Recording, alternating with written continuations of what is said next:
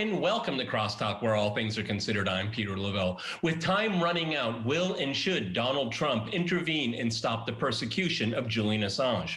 Also, as this tumultuous year comes to an end, we assess the cost to average working people. Inequality is only getting worse.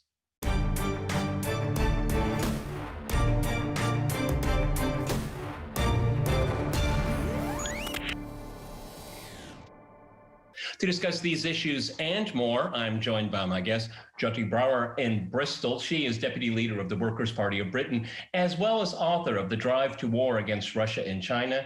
And in Budapest, we cross to George Szamuely. He is an author and a YouTuber at The Gaggle. All right, crosstalk rules in effect. That means you can jump anytime you want, and I always appreciate it. Okay, let's go to Bristol here. Joti, give me and give our viewers the case for giving either a pardon or dismissal of charges against Julian Assange. Because as we all know, the rumor mill is swirling that Trump is contemplating a pardon of Julian Assange, also Edward Snowden. Give the case to our viewers. Well, of course, in any kind of justice system, no case would ever have been brought in the first place. In my view, it's not a pardon we want, but a dismissal of the case. There is no case to answer. Julian Assange is guilty of facilitating the truth, of publishing facts. Nobody has ever disputed anything that Julian Assange published. He was very careful, despite the way that he's been presented, he was always very careful to make sure that individuals could not be harmed from the things that he published. But what he enabled to happen was the truth to emerge, the truth which was hidden to us when the war in Iraq and the war in Afghanistan was launched. Now, the truth was able to come out for two reasons. One is there was so much resistance by the people in those countries. That gave the first lie to the big lie that said, we're going to liberate these people. The war was pushed as a war of liberation. It was about democracy. It was about human rights. You know, you've talked very often, Peter, on your program about the crisis of legitimacy. And where does it come from? Well, one of the big places it comes from is the lies on which we have gone to war in the last 20 years. And the lies against Afghanistan, the lies that took us to war in Afghanistan, the lies that took us to war in Iraq, they were first of all rebutted by the actions of the people in those countries themselves. They resisted. They did not welcome in the troops. They fought and they fought and they fought. And because those wars dragged on, there was then an opportunity for information to start to come out in the way that it never did with the Yugoslav war, which was also launched on lies but ended very quickly. In these wars that dragged on, it was possible for information to start to come out. And WikiLeaks played a really important role in exposing the behaviour and the motivations of the troops and the governments who were prosecuting the wars and pulling the veil from the eyes of people who had believed the lies that took us to war. You know, George, a beautiful summation that we just heard there. You know, George, the greatest crime, and I put that in quotes there, greatest crime that Julian Assange committed is he exposed war crimes. And that's why they're persecuting him, because he exposed the naked aggression and war crimes that the United States and its allies have committed in these foreign wars that are grossly unpopular right now. Go ahead, George. Yes, I agree. That was his great crime. And that is why when you look back on all of the wars that Joti described, Iraq, Afghanistan, we could also add to that Libya, no one has been punished. Yep. The lies that were propagated on behalf of those wars has, and the horrific deaths and bloodshed and destruction of societies that have resulted, has not led to any punishment. None of the people have suffered any consequences. Or, we can name all of those names. You know, the David Frams, the Bill Kristols, all of the people who are in the Bush administration, the Karl Roves. They all have lucrative jobs on the various cable networks, and they've all done very nicely. Who has suffered as a result of the Iraq, Afghanistan, and Libya? The truth sayers, They are the ones who have gone to prison, whether it's Julian Assange, whether it's Chelsea Manning, whether it's Edward Snowden. It's the truth sayers who have suffered. And that's the way that we can say that's really the way that this the deep state operates. It's the people who actually expose the war crimes who go to prison.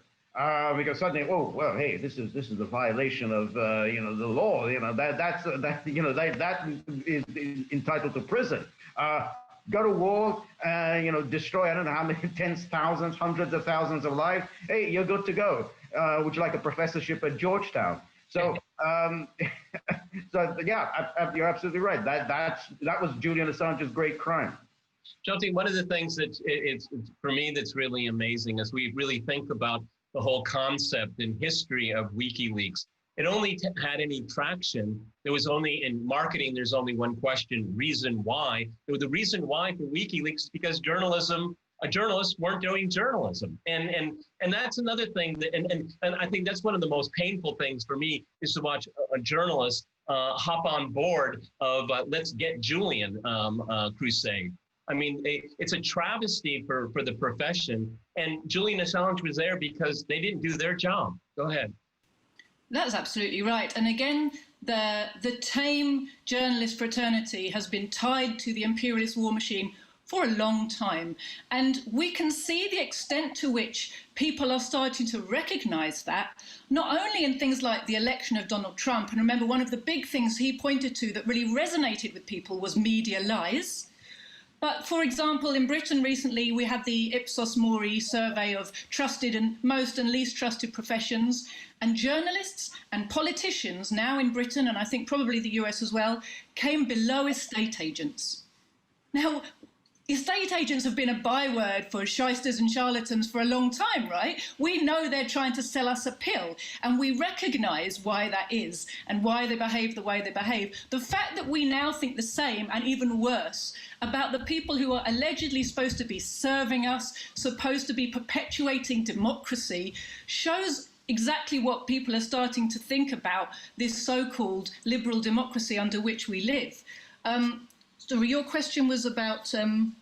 well, essentially the integrity of journalism. Yeah, so the case in point with Julian Assange, I mean, it's really, really painful. So many people made their careers out of the WikiLeaks papers and revelations, the work that Julian Assange and his comrades did there, his colleagues, in putting this information out and enabling the press to have a field day when they wanted to. But now when he is in the dock, most of them are looking the other way. Many of them, I mean, Luke Harding at The Guardian is a classic example of someone who's made his entire career out of WikiLeaks and yet has chair-led the whole campaign of vilification against Julian Assange, this attempt to destroy his character so that it then is justifiable for the public not to be told or to look the other way when he is being crucified in public, by the British injustice system. It's really painful and shocking, and it reinforces people's ideas about that journalists are not to be trusted. George, Luke Harding was also one of the great Russia-gators as well, okay? I mean, they seem to go hand in hand, okay? Going after someone that actually did the job that they wouldn't do, and then on the other hand, making a career out of a hoax here. And this is, I think that this sums up in many ways what journalism has become here. It's hackery, it's partisan, it's an advocacy, and no wonder that the public doesn't trust them. And unfortunately, people will go to other sources that may not have much veracity here, and that's when you get a lot of confusion in the public sphere. Having said that, WikiLeaks, look at its whole history. When did it get something wrong? Does any journalistic outlet have the road record that WikiLeaks has? The answer is no.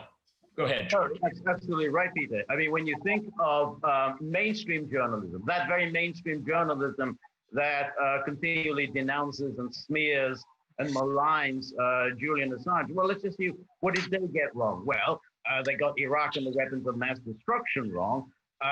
They got Libya wrong. The Libya would be better off without Gaddafi wrong.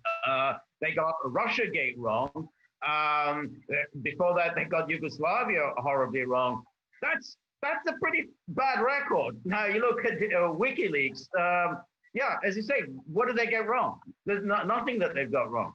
And in fact, that whole smear machine that claims that Julian Assange was used by the Russian GRU as the conduit for the leaked emails that discredited Hillary Clinton and eased Donald Trump into the presidency. No evidence has ever been presented. And in fact, in the secret hearings before the House Intelligence Committee, the one source for the claim that somehow this was all hacked by the GRU actually said, well, we don't really have any evidence of that. That CrowdStrike really basically was just talking through its hat when he claimed that this was the Russian hack. So that's the whole story. And Russiagate is the link between the wars and WikiLeaks. That all of that whole story was just absolute nonsense, just made out of whole cloth. And that is why I don't know whether Donald Trump will pardon Julian Assange, but Donald Trump should see that it is in his interest to do so, because the forces that were arrayed against Julian Assange were exactly the forces that were arrayed against him. The very people who tried to almost destroyed his presidency, were the very ones who were calling for nuking, well, not quite nuking, but assassinating him. Hillary Clinton said, "Can't we just drone him?" Droning him and assassinating him. So the same people. So that's why I think if Trump knew where his best interests lay, he would do it like yesterday. Joti, you mentioned, the smear campaign to destroy Julian Assange's character. Let's keep in mind, everyone watching this, is that it is alleged, some have reported that Donald Trump offered some kind of clemency or pardon to Julian Assange before, if he would give up his sources. And as a person that takes his position as a journalist seriously, apparently he turned it down because he's not going to burn a source. So look at the character of all the people attacking him and look at Julian Assange's character. 30 seconds. Go ahead, Joti. Absolutely, and this has been something that's been the case all the way through. For people who want to see the truth, it's very, very clear who has the principles and who doesn't. And the presentation of Julian Assange in our media in the years since the ruling class turned against him has been truly horrific. And the people who are making money out of vilifying him are the ones who should be looking in the mirror, truly ashamed of themselves. They are getting paid for propping up a system that commits crimes ruthlessly everywhere all over the globe. Hold that thought there. We're going to go to a short break. And after that short break, we'll continue our discussion on some real news. Stay with our team.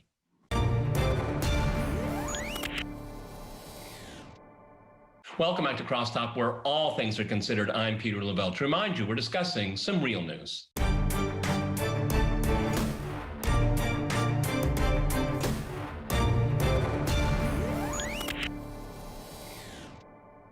Okay, let's go back to Bristol. This year is coming to an end. We discussed what possibly Donald Trump could do to give justice to Julian Assange if he so wishes. But something that maybe one would claim, and a lot of his supporters would claim that he's a victim of this pandemic. But I look at it in a very different way. I look at what's happened all across the Western world, particularly in the United States, because of a lack of government support for working people here. And one of the conclusions I've drawn is that a lot of working people, at least in the industrialized Western world, are just simply not necessary for the elites. They just don't really matter. And for the unfortunate thing for these elites, that these people still have the vote, okay? Because that's where they become, they make trouble. They make trouble with Brexit. They make trouble voting for Trump. And well, whatever happened to the voting in 2016, I'll leave to the others. But my point in saying this here is that when you bail out the richest people in the world, because the stock market is crashing, but it's a second thought now. George and I in the gaggle have talked many, many times about the indecision or neglect of the ruling class, particularly in the United States, to being so stingy in dealing with working people when they already paid off all their buddies. Go ahead. So you're right. There is a glaring inequality in the treatment that's been meted out to the richest and the poorest during this financial crash and during this pandemic, which have come together. They did not cause one another, but they have come together and they have exacerbated one another very, very much. But they've also exposed the fundamental flaws and weaknesses in this current system, because it's not simply a question of unfairness or rudeness or meanness or not caring, so much as the logic at the heart of the system, which is about maximising profit. And the reason that we have this financial crisis in the first place is the impoverishment of the poor. In order to produce more goods more cheaply, you need more automation, you need fewer employees. That way, as an individual capitalist, that's how you make the most money. But of course, that means making people redundant. That means making your market smaller. You're making more goods, but there are fewer people with money in their pocket who can buy the goods. You have this huge problem where the number of poor is growing exponentially, but they are not a market for capitalist goods. If they have no money in their pocket, their needs don't count. And this is the big problem with capitalism. The need of the many to consume basic things to stay alive doesn't count for anything as far as the market is concerned to produce things. And so you have this constant mismatch, and it's driving further and further apart as we have more and more poor people unable to put demand into an economy that's flooded with capital that doesn't know what to do with itself. You know, George, the interesting thing here is I really get annoyed in the mainstream media when they use all of these macro numbers, you know, like GDP and all that. It's really quite meaningless, okay? Or the stock market is growing, you know, like we should all break out a bottle of champagne. I mean, what percentage of the population owns stock, okay? I mean, in the 1970s, there was a good percentage of the population in the United States did. Now that is not the case here. But the interesting thing is, in reflecting on what Joti just said there, is that the economy can expand, it can actually grow, but it doesn't need a certain percentage of the population anymore. And in the United States, I would say at least 30%, they're not necessary, okay? I mean, they can live in poverty. It doesn't change the dynamics of GDP and the stock market and all that. And that's what's missed here. Go ahead, Right. Joti. Yes, no, that's exactly right. And Joti's analysis of what's been happening in the capitalism for decades now is spot on.